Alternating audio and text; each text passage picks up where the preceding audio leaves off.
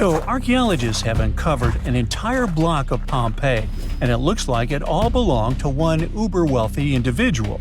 They had a huge private residence, a laundry, a bakery, and a large private bath complex where they literally bathed in luxury. Scientists think it could be the largest ever found there, complete with 3 rooms with different temperatures, exquisite artwork, and a huge plunge pool. It was lying beneath layers of volcanic rock and ash for 2,000 years, but it's so well preserved that it feels like the people had only left a minute ago. The bathhouse was in a residential and commercial block known as Region 9 in the city center. It could fit up to 30 people at a time and was a status symbol used to impress visitors. Only a few houses in Pompeii had a private bath complex, so it was something for the wealthiest of the wealthy. The owner may have invited guests to discuss business or even host team-building events, much like a modern-day CEO of some big company. Guests would start in the first room, where they soaked in hot water, then move on to the room where they applied oil to their skin and relaxed in warm water. The final stage was a cold water bath to refresh themselves. It was the largest and most impressive room, with red columns and frescoes of athletes. There was also a changing room with a stunning mosaic floor with marble from across the Roman Empire. The complex also had a smaller space, painted in pale blue, most likely an ancient Roman shrine used for ritual activities and to conserve sacred objects. It looks like the residence was in the process of renovation. There were tools and building materials in the blue room, like oyster shells on the floor that were supposed to end up on the walls. Another recent discovery from the complex is a large banquet hall with some of the finest frescoes found among the ruins. The bathhouse connected to it, and the guests would enjoy lavish feasts here. In one of the frescoes on the walls of the hall, we can see Apollo and his romantic interest Cassandra, who rejects him.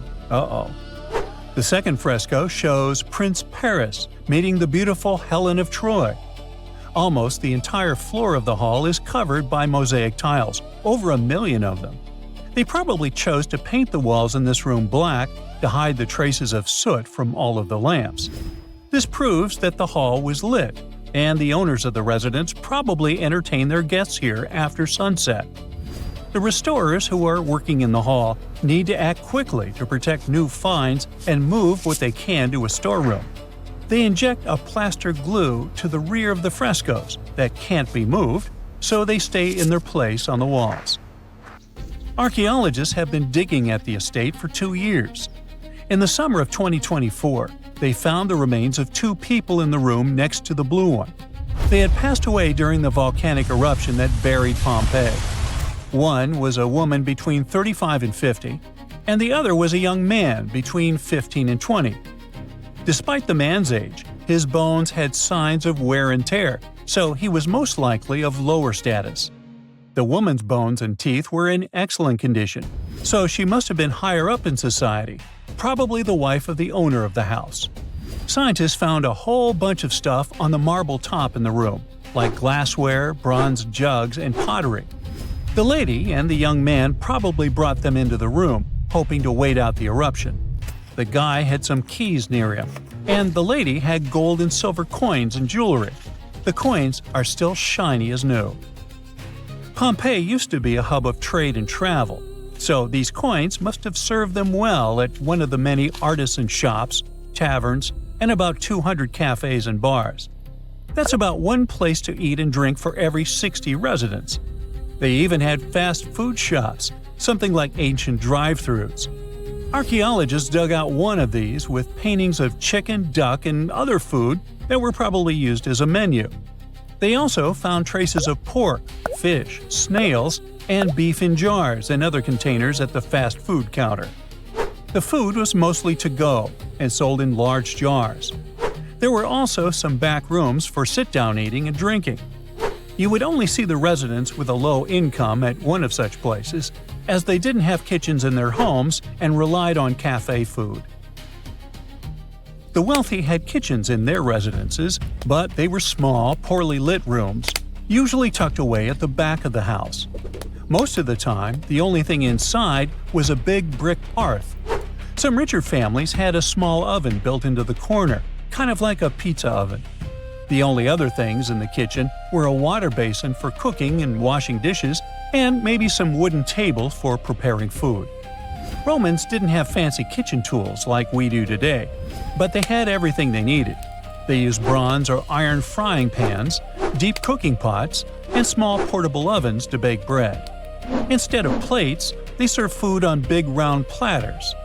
Lunch was a small meal, usually just some meat or fish, fruit, and maybe some drinks. It was quick and not fancy, so people didn't invite guests to eat with them. Since it got super hot in Pompeii, people took a nap after lunch. Later, in the afternoon, they went to the public or private baths, where they would relax, swim, and chat with friends for hours.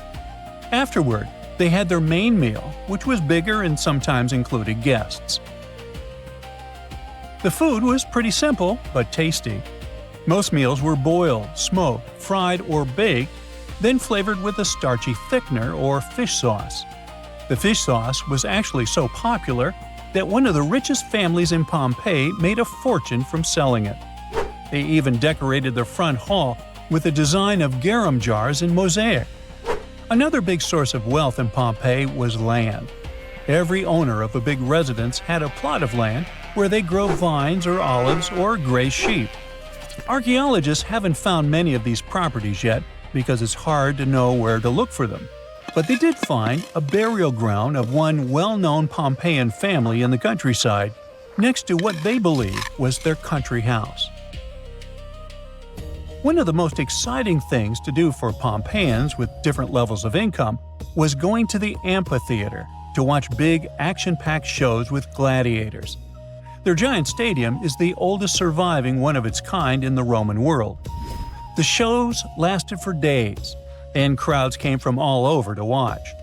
Fans got so excited that in 59 CE, a huge brawl broke out between people from Pompeii and a nearby town.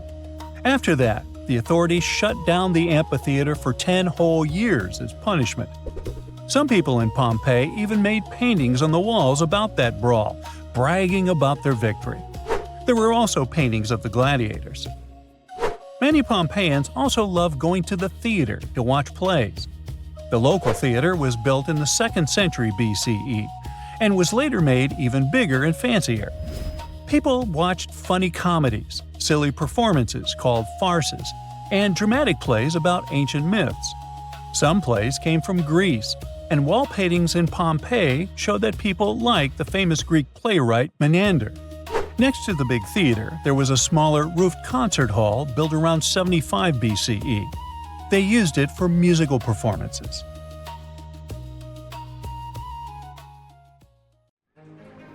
You're walking through a bustling town near the Bay of Naples. It looks full of life, energy, and healthy food. Look at these flatbreads that might have been ancient pizza, no less. The people of Pompeii are living their best lives. But all of that comes to a fiery halt in 79 CE. That's when Mount Vesuvius, that unassuming mountain looming over the city, decides it's time to make history. And the result is a tragic story that archaeologists are still piecing together 2,000 years later. Now, if you think Pompeii was some boring, dusty old place, well, think again. This was a lively, buzzing town. There were farmers bringing in fresh produce, merchants selling their goods, bakers cranking out bread and pizza-like flatbreads, and gladiators gearing up for fights in the amphitheater. The people of Pompeii loved decorating their homes with frescoes, mosaics, and statues. And food was a big deal. Pompeii was home to some of the earliest restaurants, called thermopylae, where people could grab hot meals on the go. But let's get back to the fateful day when this beautiful, simple life ended. The saddest thing is that the people of Pompeii had warnings, they just didn't know it. Around 4 days before Vesuvius erupted, there had been minor tremors, but the locals were used to earthquakes.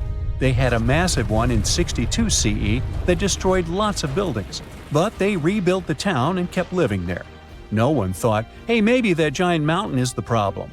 So by the time 79 CE rolled around, Pompeii was back to normal, or so they thought. Now it's the morning of the eruption, just another regular day. People are working, shopping, and chilling in the baths. And then, out of nowhere, Vesuvius erupts. It was a catastrophic explosion that shot a plume of ash, gas, and rocks 20 miles into the sky. Pliny the Younger, a Roman writer who watched this disaster unfold from across the bay, wrote that it looked like a pine tree of fire and smoke rising into the heavens. Suddenly, it began raining with ash. First it was a drizzle, then it started coming in buckets. Gray, heavy rain that didn't let you breathe. Then hail began falling from the sky. But it wasn't hail. Those were pumice stones, light chunks of volcanic rock. They were smashing roofs and windows and piling up in the streets. That's when people started panicking. Some of them decided to escape, so they ran from the town. Others thought the walls of their homes would protect them. Well, they didn't. Soon things turned even worse. The ash had covered Pompeii's streets, and buildings were collapsing under its weight. But the real nightmare came early the next morning. Pyroclastic flows, a fatal avalanche of superheated gas, ash, and rock that was racing down the side of a volcano at more than 200 miles per hour. The heat alone, around 1,000 degrees Fahrenheit, instantly finished the life of anyone who ended up in the way of the flow. When the pyroclastic flows hit Pompeii, it was, unfortunately, game over for the town. Those who decided to stay in the city didn't stand a chance. The people were trapped so quickly that their bodies were left frozen in their last moments, some shielding their faces, others holding loved ones. In one bakery, archaeologists found the skeletons of 3 people who'd stayed behind. They thought the oven's stone walls would protect them, but those just weren't strong enough to resist the elements. When the eruption finished, Pompeii was covered with 20 feet of volcanic debris. What archaeologists eventually found when they uncovered the town was both mesmerizing and terrifying at the same time. Because Pompeii was buried so suddenly, everything remained preserved: homes, streets, art, food, and even people. These days, scientists are rethinking what we know about the victims of the Pompeii disaster, thanks to new DNA evidence. Apparently, a lot of our assumptions about who these people were might be way off. A recent study by researchers from the US and Italy has shaken things up. They found that some of the victims, who they assumed were family members, weren't related at all. On top of that, the gender of some individuals was misidentified.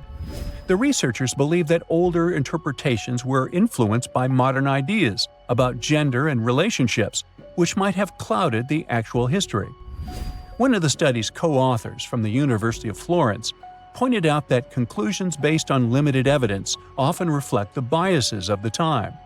Back then, researchers had to rely on the physical appearance of casts to make their guesses. Now, with DNA evidence, the story looks very different. Let's look at the case of the so-called family found in the House of the Golden Bracelet, which was discovered in 1974 on a Pompeii hillside. This group of 4 victims was named after an elaborate piece of jewelry was found on one of them. Based on the cast, one of the figures, who was holding a child, was assumed to be a mother. But the DNA results revealed this person was, in fact, a man. Even more surprising, none of the individuals were related, as scientists thought previously. Not surprising, given the extreme confusion and terror the people experienced as they desperately took shelter anywhere they could. Another interesting finding involves a pair of victims once thought to be sisters or a mother and daughter. DNA evidence now suggests that one of them was biologically male. Altogether, the researchers have analyzed the remains of 14 individuals for this study, and this is just a small portion of more than 1,000 victims of Mount Vesuvius's eruption that have been found so far. Archaeologists in Pompeii have also made one more discovery. Look at this figure. Initially, everyone believed that this man had been crushed by a massive boulder, a stone block that might have been part of a door frame during the eruption. His skull, with its mouth open as if in a final gasp, was found near his body. He was probably trying to escape all the chaos when it happened. But new evidence suggests that wasn't the case. His demise was likely the result of asphyxiation from a pyroclastic flow. For a long time, people thought Vesuvius erupted on August 24th. That's what some evidence seemed to suggest. But over the years, archaeologists started finding evidence that pointed to a later date. For example, they found graffiti dating back to late October and food remains, such as pomegranates. Such products wouldn't have been around in August yet. Plus, they found heating braziers in homes. Who would need extra heat in the summer of Italy? So, most experts agree that the eruption happened in late October. Now, it turns out that not everyone in Pompeii passed away. Scientists think that 15,000 people lived in the town, and only about 2,000 of them didn't survive the disaster. It means thousands of people managed to escape. But at the same time, their lives changed forever. They didn't have homes to come back to. Imagine fleeing your home with nothing but the clothes on your back, leaving behind everything you've ever known. Some survivors made it to nearby cities like Naples, but they had to start over from scratch. But recently, archaeologists made a pretty cool discovery: a fresco of a flatbread that might have been the ancient ancestor of pizza. Researchers found this painting in a house near a bakery. It shows a round bread sitting on a silver platter next to a goblet. They think people might have eaten this bread with fruits like pomegranates or dates, or maybe topped with spices or a kind of pesto. But the coolest part is that Pompeii is just 14 miles from Naples, which is the modern home of pizza. The director of Pompeii pointed out how this discovery connected a simple poor man's dish from ancient times to the modern pizza we all know and love.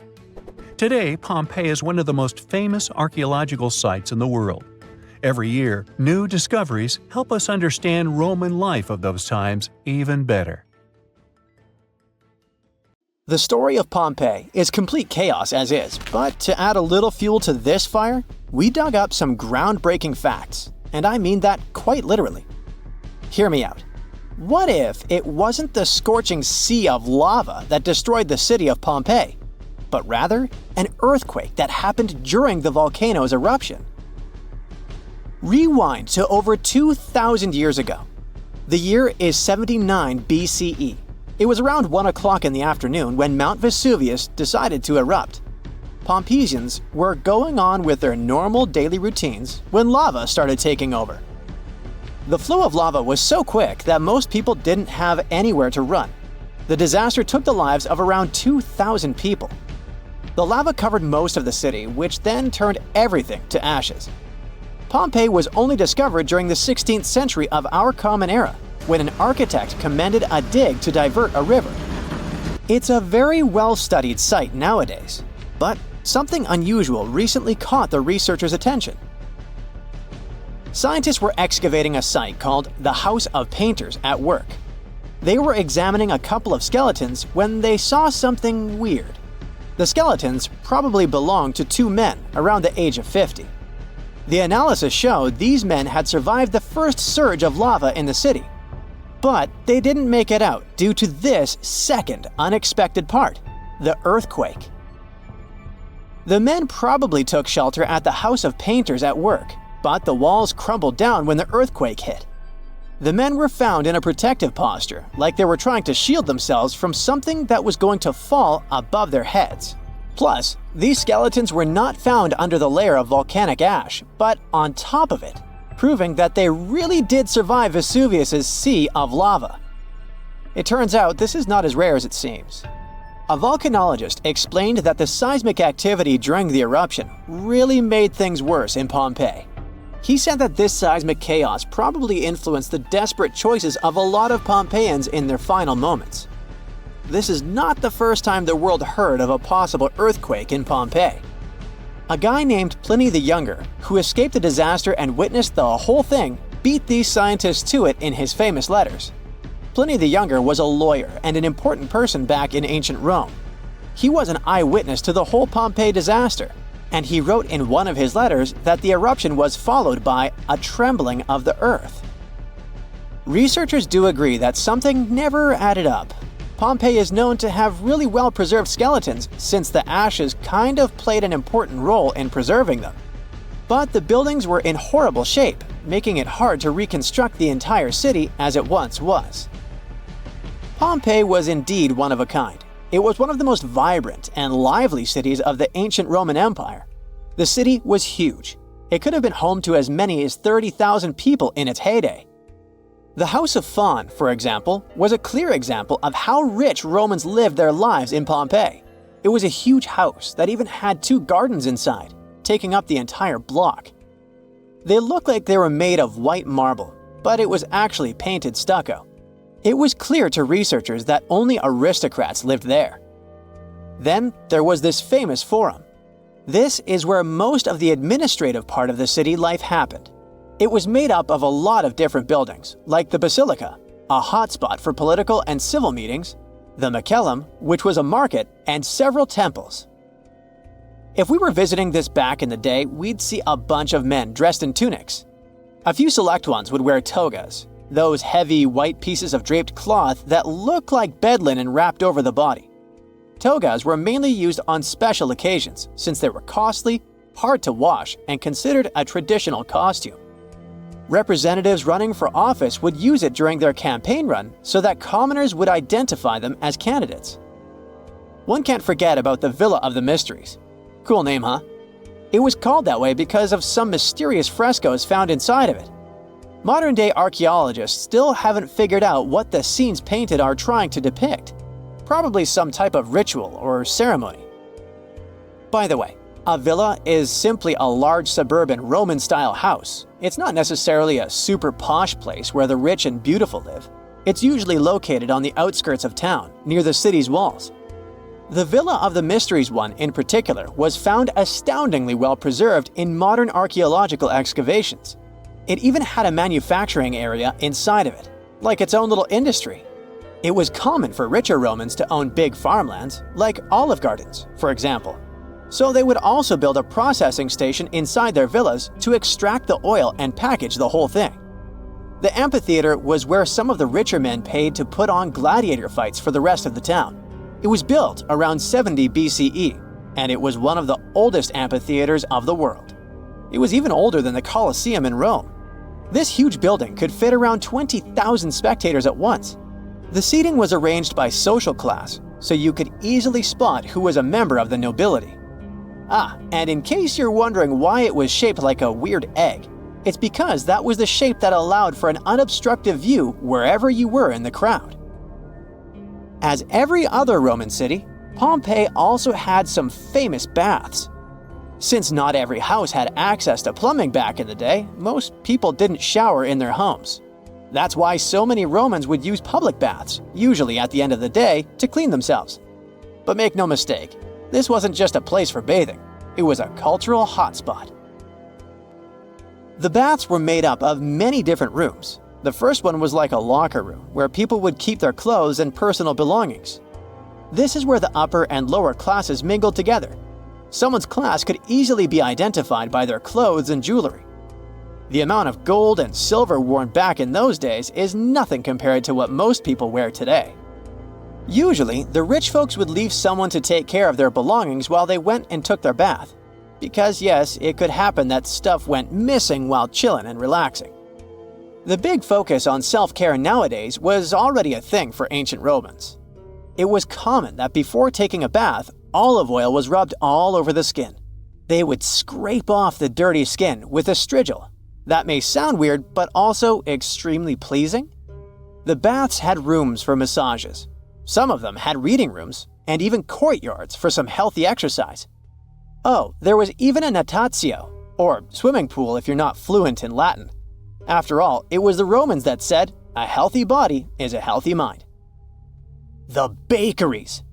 Bread was one of the main components of Pompeian diet, so much so that there were around 30 bakeries in the city. Bread was freshly made from scratch every day. In a special area of the shop, the corn or wheat was ground, and mules would circle around to keep the mills going. The funny thing about Pompeians is that they like to cover the exterior walls of buildings with paintings, much like graffiti nowadays. Their paintings, usually frescoes, used to depict what daily life was like in the city. Ancient Romans were very outdoorsy people, so coloring their walls seemed like a good option for them. A lot of houses had frescoes inside of them too, to make up for the lack of windows. The paintings gave the house owners the illusion of more space if the painting was of, let's say, a garden, for example. Over the years, archaeologists have uncovered all kinds of stuff on runestones: curses, poems, protective magic spells, and even inheritance disputes. However, a newly uncovered ancient Norse artifact known as Svingerud stone has just one word on it. Sounds boring, right? Well, think again, because this might just be the oldest runestone ever discovered. Almost 2,000 years old. But that's not all. Excavations are still ongoing, and depending on what follows next, it could unravel secrets and the true meaning behind the mysterious magical runes. So let's explore and see just how much known history you can rewrite with only one engraved word on a stone. A long time ago, during the first few centuries of the Common Era, Scandinavians and Romans crossed paths. They traded goodies like glass and silver, and eventually, Roman customs and even written culture ended up north. The Nords liked the Roman alphabet but wanted their own letters copyrighted, so they decided to create their own unique characters, which they called runes. Almost 20 centuries later, in 2021, archaeologists were excavating an Iron Age burial site near the village of Svingerud in eastern Norway.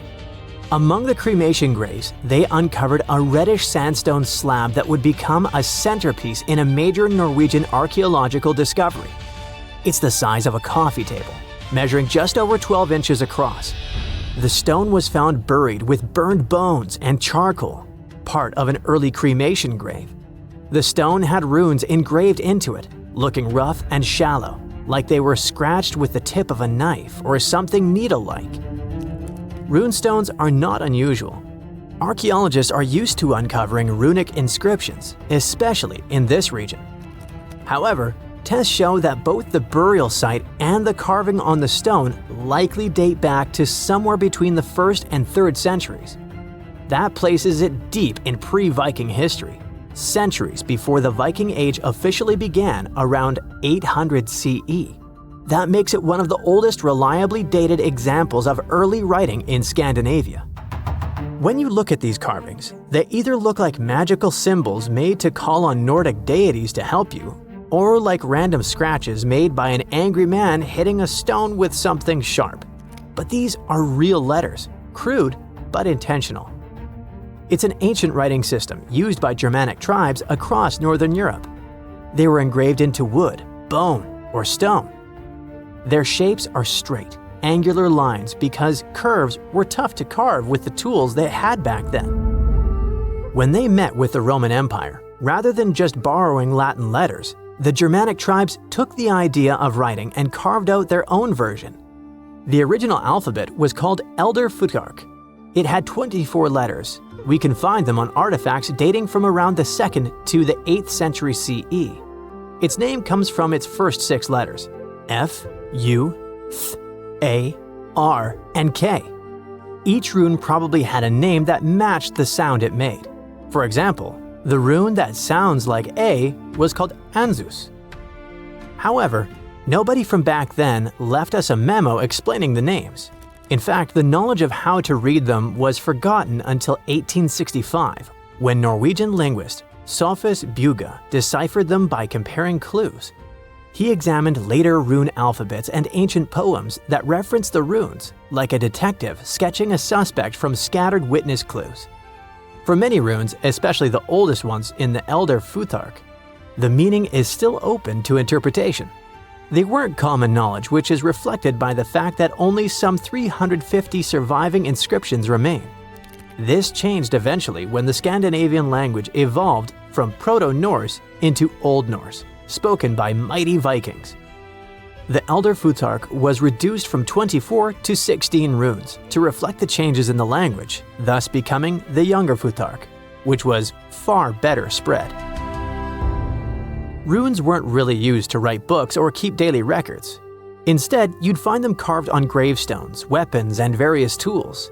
It's believed that people used runes to show ownership, honor loved ones who had passed away, leave short messages, or sometimes for protection or magic.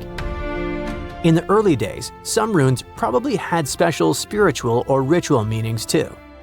One interesting fact about runestones specifically is that they were often used for self-promotion or boasting, like an ancient social media status or a tweet posted on a wall, or better said, a stone. One such example of a runestone from the 11th century where a man named Vigmund had it carved for himself, calling himself the cleverest of men. He even added that he was a ship captain, and yes, he made sure everyone knew that while he was alive. In the Old Norse poem Havamal, Odin says he hung on the world tree for 9 nights, pierced by a spear, to gain knowledge of the runes. This goes to show just how powerful and mystical those symbols were perceived to be. It's fitting that the word rune comes from a Proto-Germanic word which can be translated as secret or whisper. There's a common saying about power being in words, and for the old Germanic tribes, that power felt like actual magic. It's also why it's important to know when this magic came to be. And the Svingerud runestone tells us that. But it's not just when it was written, it's also what's written on it, where, and why. The location where the Svingerud stone was discovered is already a significant archaeological site. It's famous for its incredible discoveries, including the remarkable Jormunbu helmet, the only Viking helmet ever found in Norway. The stone was placed in a cremation pit, alongside the remains of an adult and a few personal items. Thanks to charcoal and bone samples, researchers can figure out how old the runestone is by using a method called radiocarbon dating. The Svingerud stone isn't the first ancient Norse artifact with runes that archaeologists have discovered, not even close. People carved runes into all sorts of everyday objects like combs, jewelry, and knives long ago. Some of those might even be just as old. Other finds have runes, but they're often broken, loose, or don't have clear dating. However, with radiocarbon dating, scientists have confirmed that the Svingerud stone is really the oldest runestone ever found. The writing on it suggests that it was part of a ritual and might have even been a message to the deceased. The inscription isn't long. It's just one word, Idiburg. No one knows exactly what it means. The clearest part says Idibera, and most researchers agree it's probably a name. Maybe Idibera in a genitive form, meaning of Idibera or belonging to Idibera. So this could be the name of the person buried there or someone being honored. There's a decent chance it's a female name, possibly making this the earliest known female rune inscriber in history. But researchers now believe that the Svingerud runestone is a part of a bigger monument. They found more than a dozen sandstone pieces scattered across several graves at the site, and when they assembled them in the lab, they fit together like a puzzle. This suggests they all came from one single upright stone. The main piece with the inscription was found in one grave, but other similar pieces were buried in nearby cremation pits. Archaeologists think it was broken and reused in a ritual, maybe to connect different people or generations who had been buried there. Instead of just marking one grave, it might have first been a memorial and was later put back into the other graves as a symbolic act. Some even speculate that the runes might have been carved by different hands throughout various time periods. The Svingerud stone might be small, but as the oldest runestone ever found with a secure archaeological context, it could be the key to how writing first took root in Northern Europe. This Norwegian archaeological discovery proves that runes were already tied to ritual, memory, and maybe even women. And if it's just a fragment of a larger monument, we've only seen part of the picture. Ancient Norse artifacts like this reshape what we know about pre-Viking history. And with luck, more runestones will follow, maybe even from another female rune inscriber. Deep inside the heart of the Amazon rainforest lies a cave so massive, it defies logic. Stretching for 2,000 feet, this tunnel is so big a human could easily walk around inside of it. Its walls are etched with deep, mysterious claw marks. But this is just one of many. If you travel to the south of Brazil, you'll stumble upon over 1,500 similar caves. ranging from modest tiny burrows to massive passageways. These are not your average spooky, bat-filled caverns. They're what researchers call paleo-burrows, also known as ancient underground structures dug by creatures so colossal they make modern elephants look small. Whatever creature dug those tunnels displaced 800 elephants worth of dirt. I know, it still looks like a normal cave, but experts noticed this one was special because the walls were too neat and rounded, and the floor was too smooth. Besides, no water or erosion leaves such signs of serious digging power. These Brazilian caves are the largest geological records of animal activity on the planet. It's like stumbling into a prehistoric house made by creatures the size of cars. To unlock this mystery, researchers analyzed the scratch marks on the walls and realized they had probably been made by giant ground sloths, a species called valgipes, which could weigh nearly 9,000 pounds and eat your average annual menu in about 3 days. Despite being huge, these animals were not earthbenders. They had to work in groups if they wanted to dig such long tunnels. This is why scientists believe many sloths shared the same tunnel and dug it together. Even some giant armadillos may have helped with the digging. After all, they were ridiculously skilled excavators and lived there too. Okay, but why would a giant sloth or armadillo need a 2,000-foot-long underground lair? Great question. And the truth is, scientists aren't totally sure. It doesn't make sense for them to dig tunnels this massive just to escape predators, especially since the tunnels were big enough for a saber-toothed tiger to crawl in, for example. So, unless they installed prehistoric security systems, this theory has holes. Haha, pun intended. The best bet is probably climate. Back then, everything was drier and colder, and some species of giant sloths were living their best lives back when Earth was transitioning between cold and warmer periods. Their big bodies usually protected these animals from temperature changes, but drastic fluctuations probably made them hide in order to survive.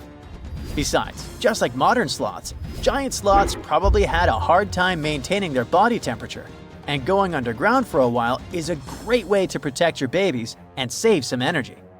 After all, the bigger you are, the more energy you spend. Some scientists believe these tunnels might have had rotating tenants. One sloth moves in, digs a bit, leaves some scratch marks, moves out. And sometime later, another one crashes there and adds its own decor touches. A hostel for ancient megafauna. All evidence points to a more timeshare situation than a prehistoric private property. After all, these creatures weren't exactly social butterflies.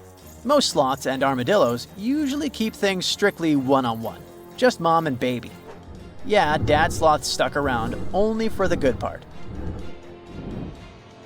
But you probably noticed one tiny detail here. These guys are not around anymore. They went extinct 11,000 years ago, right around the time humans started to get popular on Earth, when another ice age was ending. In fact, 80% of all mammals that were heavier than 2 pounds disappeared then.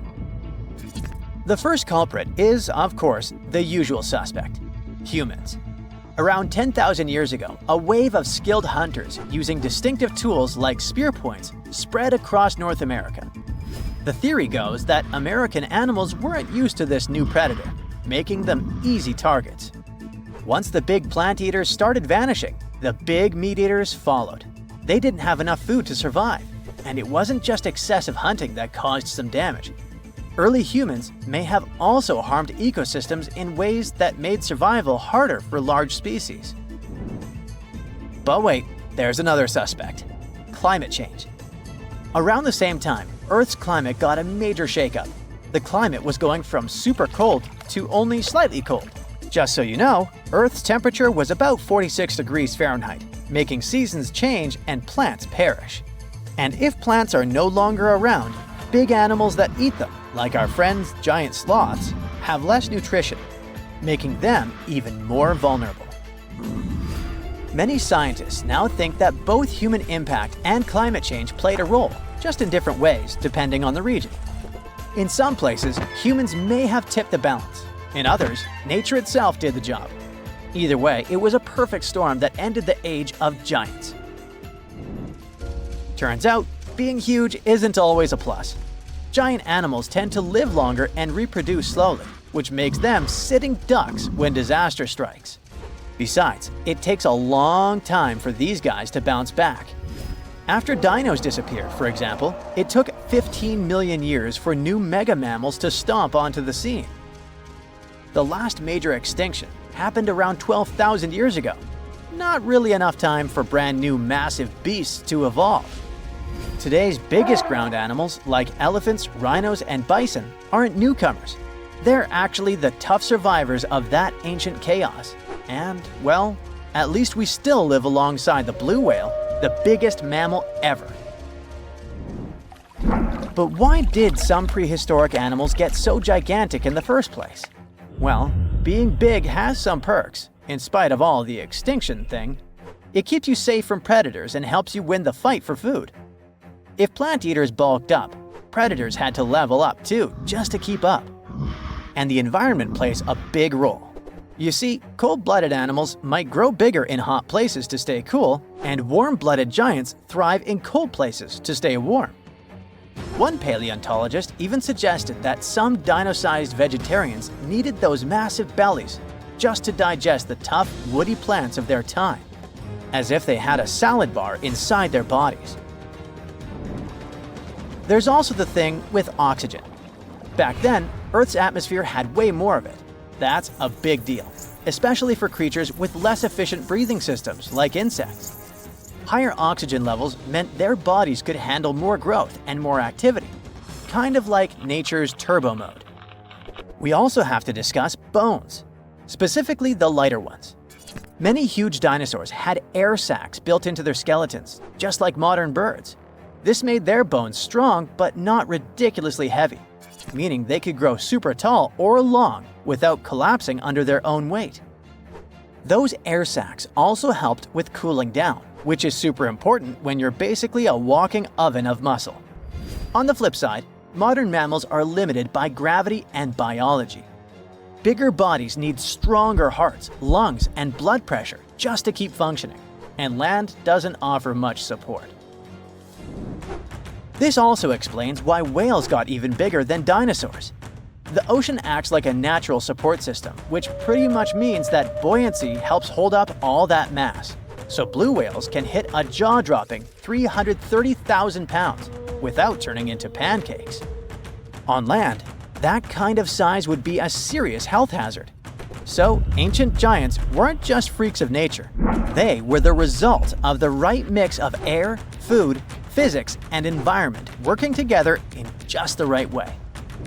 The whole extinction event surely is a bummer for giant sloths that worked as gigantic engineers of nature, but it surely prevented us from sharing the planet with insects the size of crows, like some types of griffinflies or millipedes reaching almost 6 feet in length. Yikes! Now, if you'll excuse me, I'm going to appreciate modern sloths. Slow, small, and thankfully incapable of terraforming the landscape and giving me insect-related panic attacks. Once upon a time, I searched through the jungle, following a map poorly drawn on a piece of cloth. After days of walking, I reached an ancient Mayan temple. As soon as I stepped in, a strange noise echoed. I turned to leave, but suddenly the floor cracked beneath my feet. I fell into a 1,600-year-old tomb. Finally, I got lucky. That day, I walked out with shiny jades, carved seashells, a creepy afterlife mask, and a curse that's been haunting me ever since. Well, okay, maybe it didn't happen exactly like that. Or maybe it didn't happen to me. Sadly, real-life archaeology is not like Indiana Jones movies.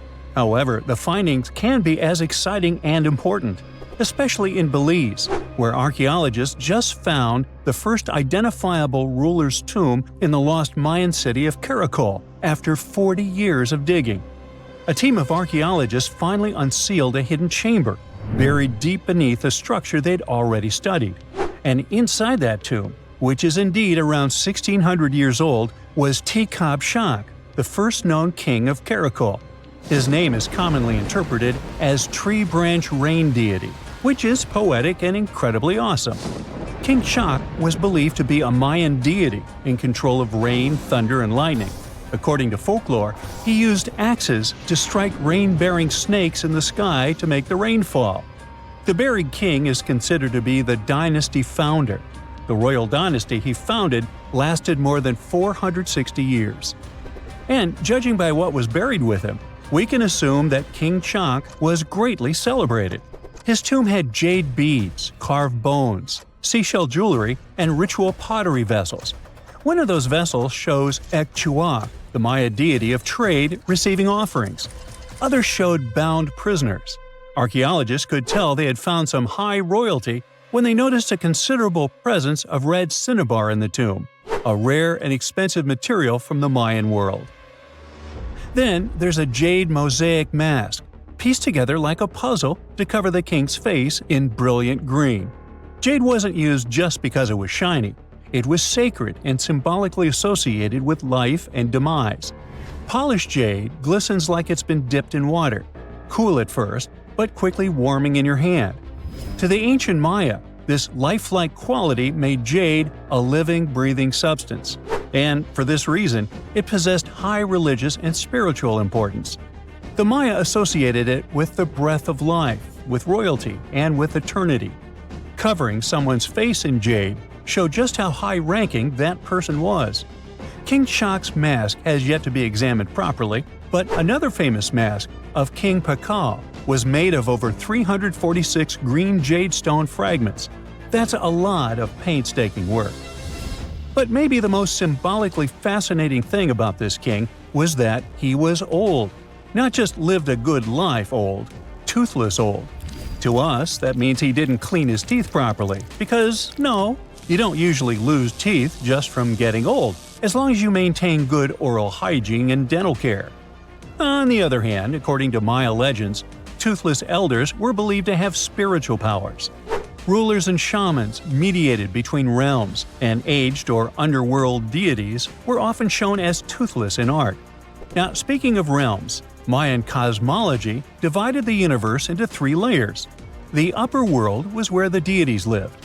The middle world was where humans lived. It was carried on the back of a giant turtle or caiman, and surrounded by a primordial sea. Beneath it was the underworld, known as Xibalba, a dark and complex realm of spirits and ancestors. And certain people, especially rulers, shamans, and elders, were believed to move between these worlds. This king was a ruler, had a deity-like name, and was a toothless elder. Boy, his power level must have been off the charts. But that's not all. Here's the eerie part. The tomb was buried beneath another tomb, which was discovered all the way back in 1993. Archaeologists were investigating a different burial when they realized there was another chamber hidden beneath it, an interesting hiding place. Remarkably, it worked. For more than 1,600 years, no one found him. This makes Tikab Shak's tomb the first ever discovered at Karakol that can be definitely linked to a known ruler, thanks to hieroglyphs, burial context, and artifacts. Now, if you're not a geography or history buff, you've probably never heard of Karakol. Today, it's a remote ruin deep in the jungles of western Belize. But around 16 centuries ago, Karakol was one of the largest and most powerful cities in the entire Maya world. At its peak, it covered over 77 square miles, which, for reference, is larger than modern-day Belize City. Its population was around 100,000 people. That's more than most cities in Europe had at that time. And it wasn't just big, it was advanced. Karakol had pyramids, ball courts, palaces, reservoirs, and a very complex road system. Stuff like limestone superhighways stretching miles through the jungle. Past excavations also turned up arrowheads, drills, spindle whorls, figurines, and everyday tools. King Shak's tomb was one of the three major tombs found in the northeast Acropolis. That's near Kana, the central archaeological complex at Karakol, and one of the tallest human-made buildings in all of Belize, even today. It reaches an imposing 141 feet high and contains multiple levels of elite residences and temples. But even with that size, finding tombs isn't easy at all. Most have already been looted. We don't know what else can be hidden there, and in some places, it's too risky to dig up without causing damage. That's why it took researchers decades to finally find something untouched. However, they were able to report over 850 burials and 175 tombs at Karakol over their 4-decade-long project. One of the earliest tombs, dating to around 350 CE, was a cremation burial containing ritual artifacts such as obsidian blades, atlatl spear points, and ceramic styles associated with central Mexico. So, if you're an archaeologist, this city seems to be an old historical gold mine. And old historical gold mines often come with warnings. For one thing, it's "keep out, the ceiling might fall on you." Besides, even though scientists are excited about this discovery, if the king can really walk between realms, he's probably annoyed by all this. So, what happens now that the king's eternal rest has been disturbed? Well, by opening and stepping into the tomb of Tekhab Shak, archaeologists basically stepped into a sealed sacred place. Maya tombs weren't just holes in the ground with a fancy coffin. They were sealed like cosmic vaults, locked up with stone, soil, and sometimes elaborate closing rituals. The goal was to mark the end of their use and protect what was inside. Archaeology at Karakol and other Maya cities shows this in action: thick ceiling layers, termination offerings, and carefully placed debris, all saying, "This place is done, keep out." Today's archaeologists still treat them that way, working under Belizean laws and cultural protocols, making sure they explore with respect for what these spaces meant to the people who built them. However, it's eerie to think about mythology and whether King Shak is going to haunt the archaeologists. I guess we'll see. They shouldn't be afraid because he's old and has no teeth. Maybe he will annoy them with rain. He's named after a rain deity, after all, and we still don't know about his true power level. The Mayans were a fascinating civilization, and their structures are still among the most mysterious ones you can find. Despite being isolated from the known world, they also built pyramids without cranes, mapped stars without telescopes, and knew how to bury a king. Karakol is full of secrets: a hidden tomb under another tomb, a toothless king with a scary-looking mask and a deity's name. Almost unbelievable. And amazingly, there is still stuff being found. So maybe it's not too late for me after all. But first, let's see the aftermath of this curse, huh? So check out this creature. What do you think this thing is? Is it a plant, an animal, or maybe even some kind of wild fungus? At first glance, this fossil could pass for any of those ancient life forms. And honestly, scientists have been scratching their heads over it for over 150 years. But now, it looks like we might finally be cracking the case on this unknown species discovery. A long time ago, during the Devonian period, plants were just starting to grow on land. The tallest trees were only a few feet high, and animals hadn't even evolved backbones yet. Back then, massive natural towers up to 26 feet tall and 3 feet wide, looking like branchless cylindrical tree trunks, were rising from the ground. Hey, what a contrast with trees back then. When scientists first discovered fossils of those towering organisms, they were totally confused, as these strange prehistoric creatures didn't look like anything they'd seen before. Some thought they were weird cone-bearing trees.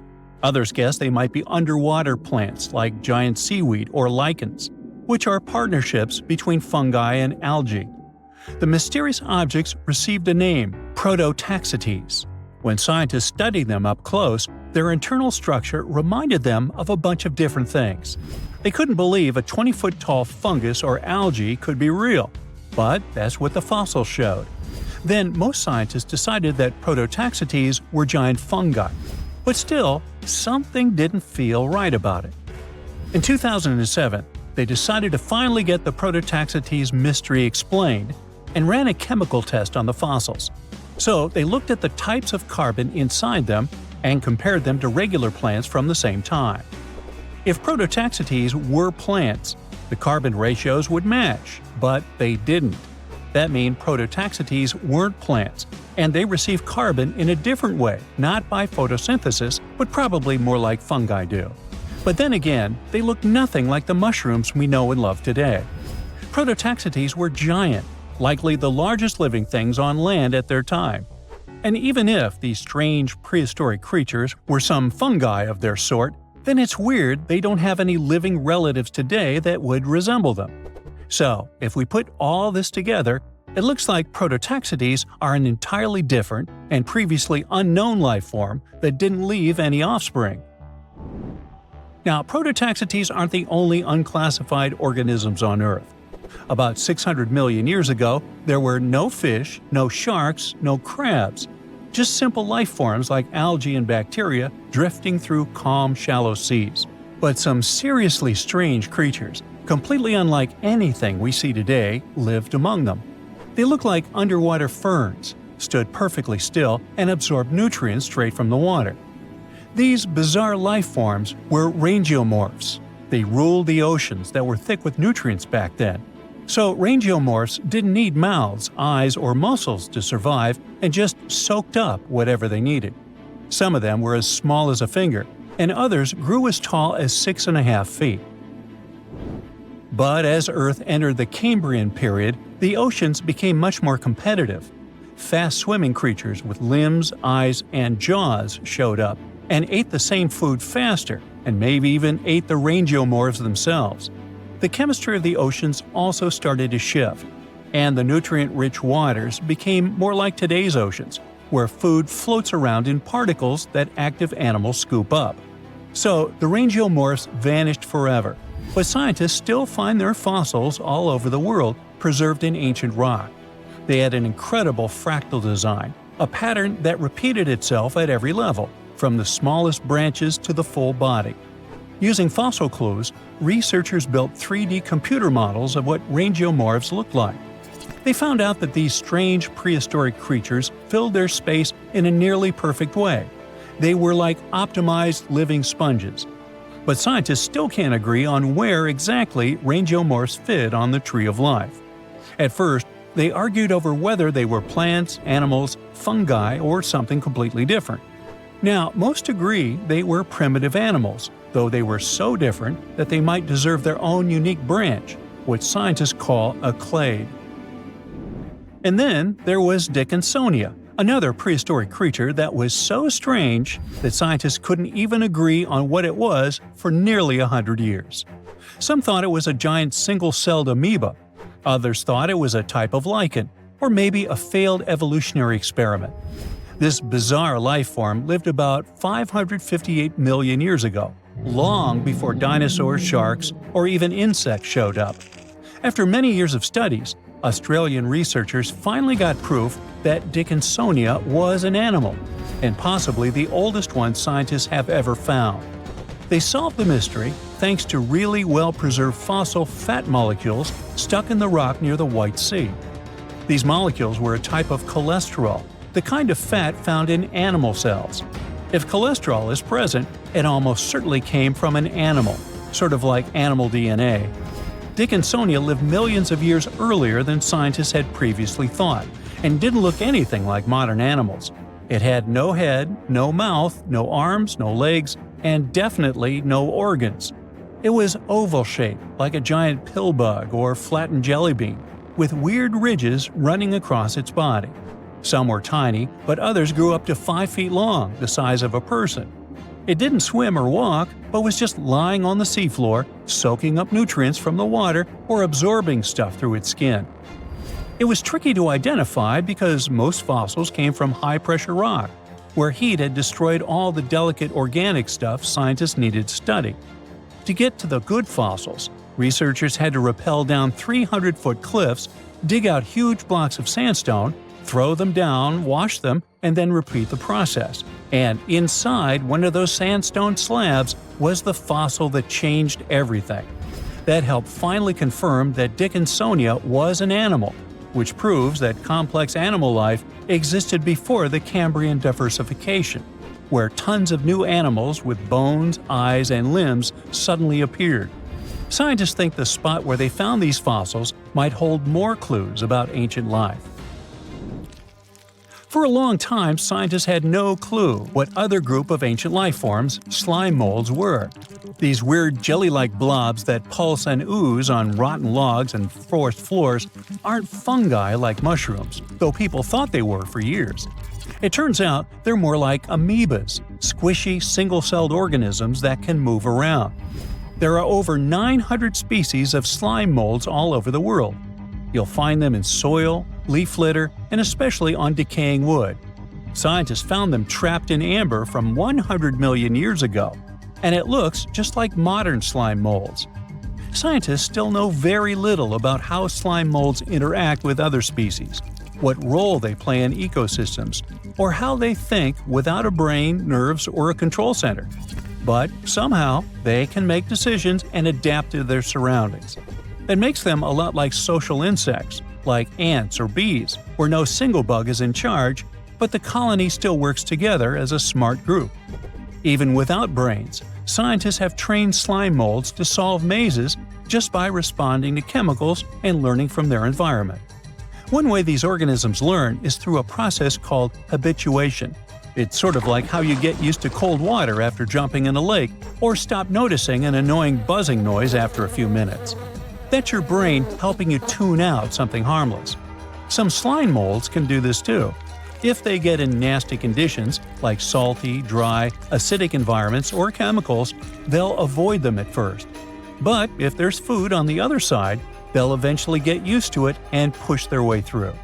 And if you let slime mold go dormant and wake up a year later, it still remembers how to deal with salt. They even seem to be able to decide where to go based on where they found food in the past. With more and more unknown species discoveries, scientists can paint a better picture of Earth's biological past.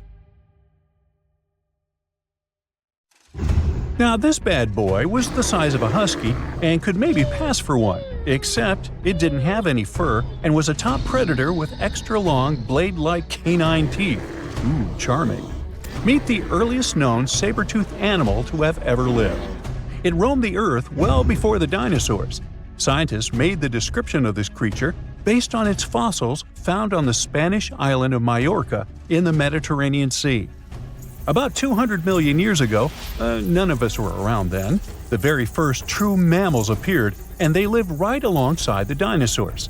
But if we trace the family tree of mammals even further back, we'll find an ancient group called theropsids. They didn't look like mammals we have today, but they had some key features that would eventually help define mammals. For example, theropsids had special openings on the sides of their skulls for jaw muscles, and parts of their jaw bones would later evolve into the tiny middle ear bones that all mammals, including you, have today. So, the new discovery is what might be the oldest known theropsid fossil. The fossil, which doesn't have an official species name yet, belongs to a group called Gorgonopsians. Those guys are more closely related to mammals than they are to any other living animals. Some of them were as small as cats, and others were as massive as polar bears. Gorgonopsians had some very mammal-like traits, like different types of teeth for different jobs. But unlike mammals, these ancient predators kept replacing their teeth, even their giant saber-like canines, over and over during their lives. Hey, that would be handy. Until now, the oldest Gorgonopsian fossils we knew about were around 265 million years old. But this new fossil is even older, dating back between 270 and 280 million years. The find was super detailed and complete, including its sharp knife-like fangs, part of its jaw, pieces of its spine, ribs, tailbones, and toe bones, plus most of one of its back legs. Even though the creature's skull wasn't complete, the scientists think it was about 7 inches long, and the animal itself would have been around the size of a medium-large dog, weighing between 66 and 88 pounds. But other than that, it didn't really look much like a dog. Even though it had some lizard-like features, calling it a lizard dog is totally wrong. Mammals and reptiles do share a super ancient ancestor from about 320 million years ago, but their evolutionary paths split a long time ago. When the newly found creature was alive, the island of Majorca was right in the middle of the gigantic supercontinent Pangaea. Back then, this area went through super wet and super dry seasons. Scientists have always wondered if major moments in mammal history happened in tropical places like this, but we just didn't have the right fossils to prove it. Now, with the discovery of the oldest known Gorgonopsian in Majorca, the missing pieces of the puzzle are coming together. It looks like some huge steps in mammal evolution could have happened in low-latitude environments we haven't explored much yet. The so-called gap in the fossil record might just be because paleontologists weren't looking in the right spots.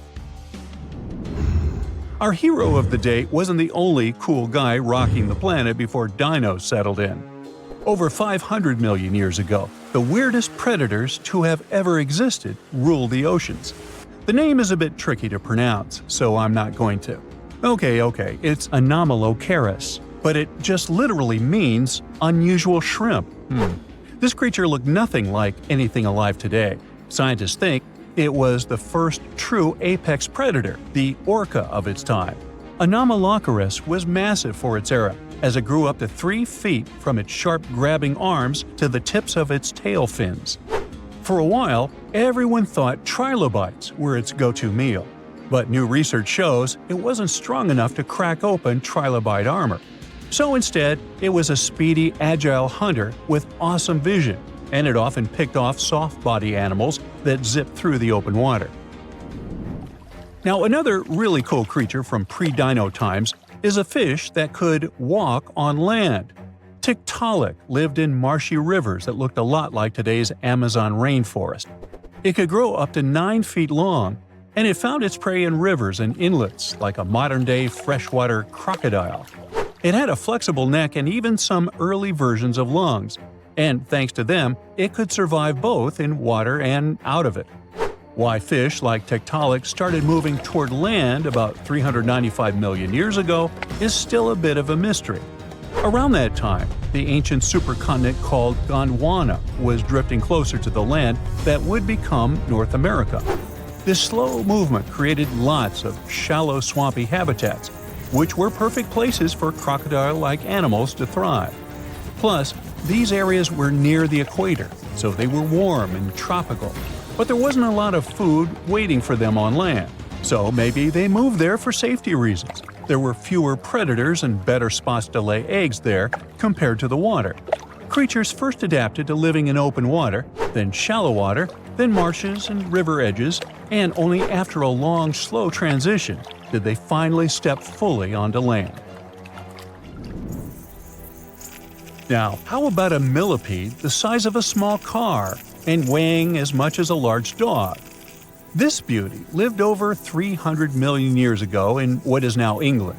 Back then, during the Carboniferous period, Earth's atmosphere had way more oxygen, over 26%, compared to today's 21%.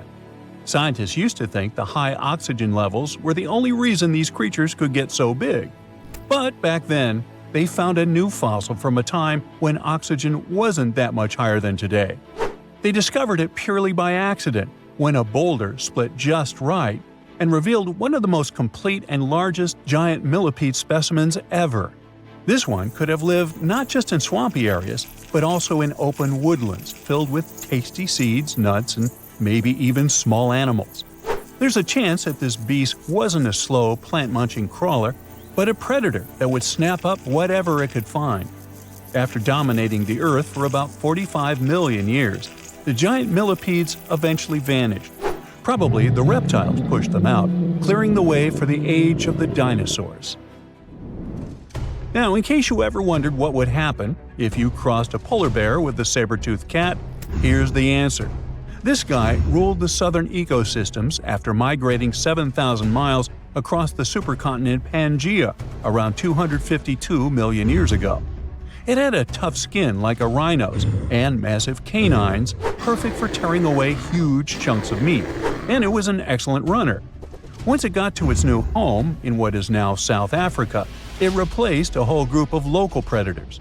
But its glory didn't last long, as closer to the end of the Permian period, massive volcanic eruptions made the weather patterns change and wiped out about 90% of all species. And because top predators are usually big, slow to grow, and not super common, They often vanish among the first when massive extinction events hit, and that's how our guy here went extinct. Our final creature of the day was a dragonfly that lived around 300 million years ago and had a wingspan of over 2 feet, 6 long, spiny legs, and huge, bulging eyes. Meganjura. This 4-winged giant is most likely the largest flying insect that ever lived, and it easily outsizes today's dragonflies, which are its distant relatives. Like modern dragonflies, Meganjura like to hang out in open areas near ponds and slow-moving streams. But unlike today's dragonflies, it wasn't just catching tiny bugs. This guy was likely the top predator in these open spaces. It used the spines on its legs like a flying trap to snatch prey out of the air, including other flying insects, small amphibians, and even lizard-like creatures. Scientists found the first fossils of Meganjura in 1880 in the coal-rich rocks in France. The fossils were incredibly well preserved and showed off the detailed vein patterns in their wings. Scientists think Meganjura grew so huge because it didn't have much competition from vertebrates, and the air back then, during the Carboniferous period, had a lot more oxygen than it does today. Tunnels, metro, underground systems, and even secret passageways to the houses of the rich and famous. Why else do we need tunnels, you may wonder? To hide. Many cities have underground tunnels and even underground doppelgangers. Now let's make it clear. Those passages are normally not connected, contrary to the popular rumor claiming that it was possible to get from Scotland to Turkey using underground passageways built around 5,000 years ago. I mean, it sounds insane even today. Imagine building it back in the day. These tunnels have an official name, the Erdstall Tunnels, and they were most likely built in the Middle Ages. However, we still don't have the exact information about the date. The highest concentration of those tunnels are in Bavaria, Germany, but there are many of them in Great Britain and France too. Erdstall tunnels, a unique type of earthen passage found globally, are characterized by their narrow, oval-shaped corridors and tight choke points, known as schlups, or slip-outs. Despite speculation, their purpose remains a mystery. However, some of those tunnels have fireplaces and even vents, which might mean those were used primarily for shelter. Dating back to the Middle Ages, possibly as early as the 12th century, Erdstall tunnels lack archaeological signs and historical records, so it's not a surprise that there are many rumors about their use. Some scientists are sure those were storage spaces, though their narrowness makes this impractical. Another idea is that they provided hiding spots for farmers during tribal raids. However, their single entry point raises doubts about their effectiveness in evading threats. Now, if you're feeling like Indiana Jones and want to venture into those tunnels, you're in luck. A few structures, like the Erdstall Radkobluken in Austria, welcome visitors to explore these enigmatic structures. Most of them are closed to the public eye, though. The origins of Erdstall tunnels remain largely unknown, just like their real functions. And if you think, hey, it's the 21st century here, we can study pretty much everything, well, you're wrong. What makes these tunnels hard to study are the tight confines. Traditional surveying methods often prove inadequate in such spaces. To solve this problem, scientists use a handheld device that integrates an RGB camera, a gyroscope, and high-resolution depth sensors, allowing them to capture intricate details of the tunnels. They also use modern techniques like 3D surveying in hopes of uncovering the true origins and purposes of those tunnels. One hypothesis even suggests they may have been poorly conceived dwellings, abandoned when their inadequacies became apparent. Still, not everyone quite agrees with this idea. Other theories suggest they served spiritual purposes, while the most intriguing idea speculates that those tunnels may be remnants of extraterrestrial civilizations. Experts believe they may have been used for practical matters, such as granaries or hiding spots from looters. As we don't have exact info on who built it and when, it may be pretty much anyone, even a sloth. Nope, I'm not a lunatic. sloths can build giant tunnels. Check this out. In 2009, a farmer in southern Brazil was driving his tractor through a cornfield when it suddenly sank into the ground. He quickly discovered he had broken through the top of an underground tunnel. When researchers came to investigate, they found a tunnel around 6.5 feet high and the same 6.5 feet wide, extending about 50 feet long right beneath the farmer's house. When they looked closer, they instantly saw deep claw marks on the walls. That was the proof the tunnel wasn't human-made. So that thing the farmer uncovered was a megafauna paleoburrow, a prehistoric tunnel dug by ancient creatures like giant ground sloths or giant armadillos from over 10,000 years ago. I know, it's hard to imagine those beasts, but let me help you. Take a hamster. Now, increase it to the size of an elephant. Don't forget, this 13-foot-tall hamster could also walk on 2 legs. During their time, around 15 million to 10,000 years ago, many species of sloths and giant armadillos roamed the Americas, some even digging similar tunnels. Today, many of these tunnels are filled with sediment, though some remain clear, similar to the one the farmer discovered. This 2009 find sparked significant interest, leading to the discovery of over 1,500 paleoburrows across southern Brazil, making it the era with the highest concentration of such sites worldwide. But no one knows exactly why there are so many of them in southern Brazil. While some paleoburrows exist throughout South America, none have been found in North America, which is weird since those huge sloths roamed the entire continent. The exact purpose of these large tunnels remains a mystery, but scientists believe they may have served as nursing spaces, temperature regulation, or hibernation areas. Tunnels likely developed over centuries as successive generations of sloths and armadillos expanded them. Now, let's take a look at fugus. No, not the Japanese fatal delicacy, and no, not a town in New Guinea. To see them, we gotta travel to the UK. So fugus are underground structures too, but they don't look exactly like tunnels. They are dry stone structures. They look as if a cave had been decorated with stones from the inside. There are only around 15 of them found so far, and most of them are located in Cornwall. According to the estimates, those tunnels were built about 2,400 years ago, and they're still in pristine condition, which is truly fascinating. I mean, back in the day, people had no cool machinery whatsoever, yet their structures still last. And if you dare to buy an apartment today, well, chances are you won't be too happy about the quality. Going back to our fugus, there's nothing extraordinary about their supposed purpose. They could be used for spiritual purposes, as a place to hide, or a food storage. The latest application, though, is a bit weird. I guess it's not a secret for anyone that England is famous for its excessive humidity. And if you want to store your food properly, you gotta avoid the humidity at all costs. Otherwise, say welcome to mold and fungi. But ancient people weren't dull-witted at all, or they wouldn't have survived, and you and I wouldn't be around now.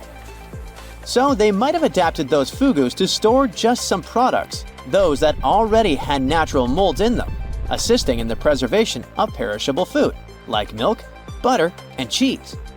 But hey, those are just speculations.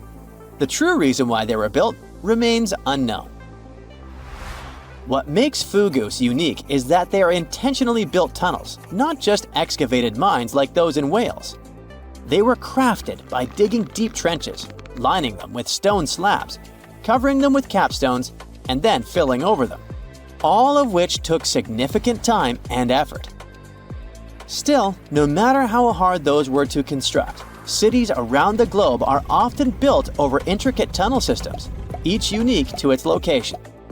For instance, Paris is famous for its extensive underground quarries, which were abandoned years ago, but still pose a risk of collapse in certain areas above.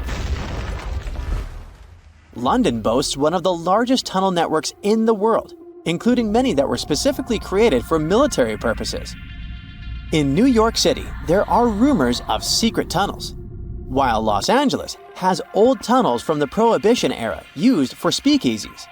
Many other cities also have their share of enigmatic tunnels, and surprisingly, Florida is no exception. It happened in the year 2011 in Ybor City. Near a former post office, flooding uncovered something weird, a section of an unknown structure.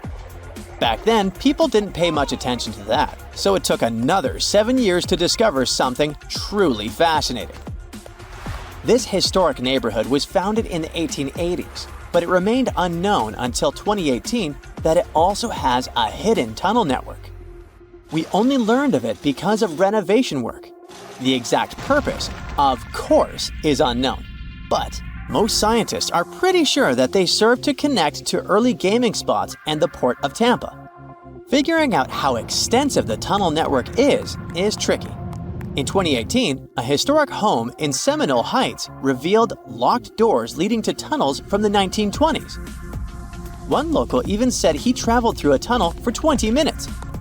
Rumors suggest some tunnels connect to the Hillsborough River and Ybor City. Research is ongoing, but no new info has emerged yet.